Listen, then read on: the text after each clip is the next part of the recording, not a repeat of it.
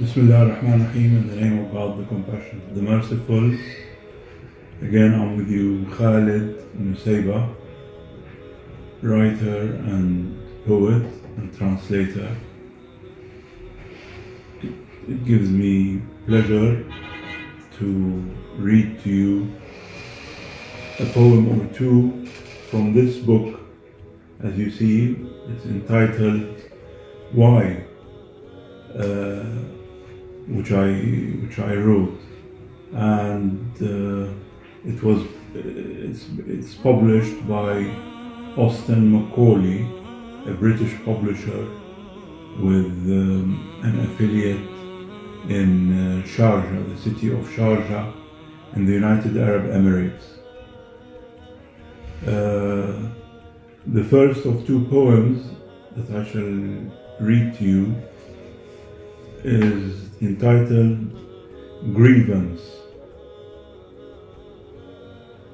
Often he and she that suffer strive to understand the cause of grievance, victimization by men, women, a race, classes, or the age or illness or cultural or economic influence. Thinkers articulate an idiom of protest, oftentimes monocausally demonizing an aspect. And so grievances are intellectually addressed with an ideology that imperfectly comprehends, thereby unfairly treating a race, a gender, a class, a faith. The other, between quotes, that is not within a set of identities, people can overcome by slowly climbing a mountain of more objective truth, rendering reality with more circumspection, removing or assigning blame with balance. The second poem that I shall read to you is entitled Longing. The inexpressible joy that I have felt, the pain that withered away in the deep darkness of a summer night, only to redefine what I have fathomed in a profound sea of doubt, overcoming a skeptical self, unawakened to the truth I sense. In the innermost soul, the deeper regions of the unconscious, kindle the fire of faith and make it ablaze with certitude. I am not a being at the edge of the universe or its unfathomable center.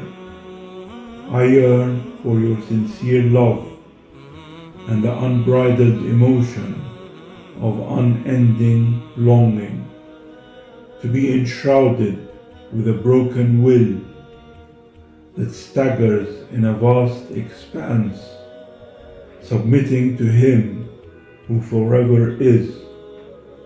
For I am naught but a passing shadow, a traveler by night and day, illumined by vanishing stars, searching within and finding that all but He is an illusionary flicker of veritable truth, which defies the forces of evanescence that have been with us all since time's earliest dawn, until the twilight of every day, of every age, of every epoch.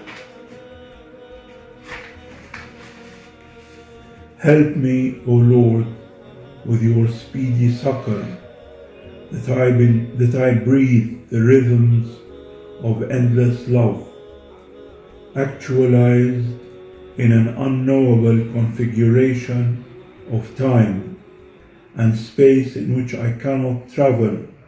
I am, O Lord, a slowly moving wave that strives to reach a near or distant coast of fine sand on which I shed my tears of exhausting journey, seeking a sojourn of true love, not betrayed by the chicaneries of life, the alleyways that have been endlessly trodden by man who insistently does not learn to be within an orbiting moon of true light and unimpeachable truth, which I strive to apprehend with hands bound behind my back in the prison cell of the finite universe, inexorably expanded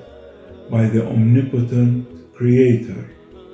Let there be a sound to awaken me from the slumber of false love, from the cesspool of adulterated perfume that discharges foul scent, concealed by a cover of dazzling roses with sharp thorns producing immense pain, redeeming those that restore the right steps of love's authentic dance, emitting the sweetest aromas of the noble Arabian Nights,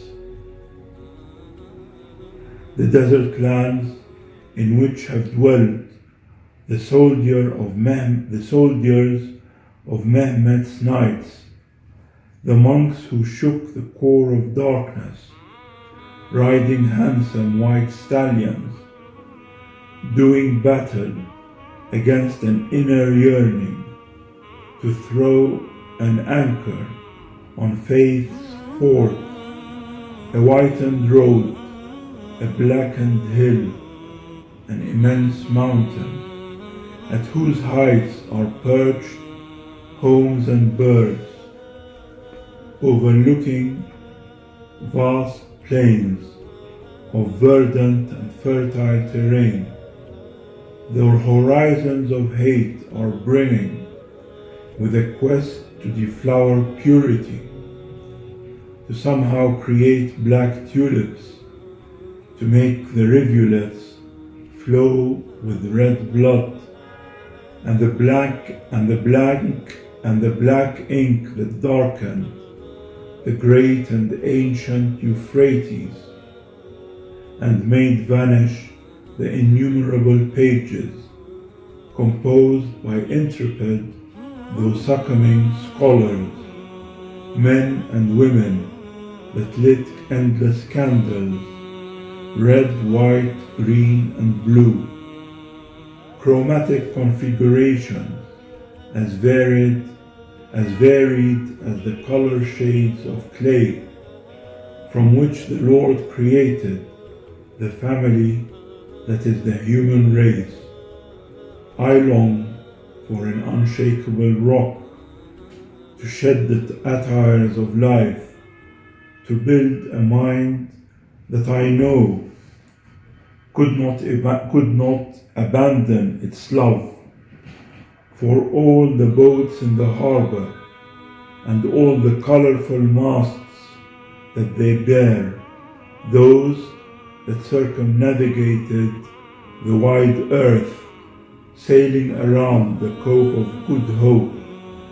But true hope is rekindled when the Arabian Ahmad is followed, a mercy to all the worlds, to all the isles, to all the continents, the loving cry of Bilal, the eternal truth of God is great, the plaintive cry that issued from an Abyssinian free slave, converting chains into indomitable tools of great liberation, the inner yearnings of souls incarcerated by the jails of illicit desires, indulged only to arouse an appetite for unfulfilled desire. I seek the song of whole harmony, green grass that hosts lovely daffodils, highlands that love in prostration, preparing a tryst with kind destiny, male and female dancing to a great tune, a ballad at peace with itself, ire overcome by true compassion, bravery that defies the sinister impulses of race. The fables of old have been retold. Beware of evil's folk. The terms of war or peace are defined. The veiled lady is our foe. The minaret produces alien sound. The place of worship is against our kind. The bearded men are hostile to an old way of life. Our neighborhood must be free from a system of total truth. Stop.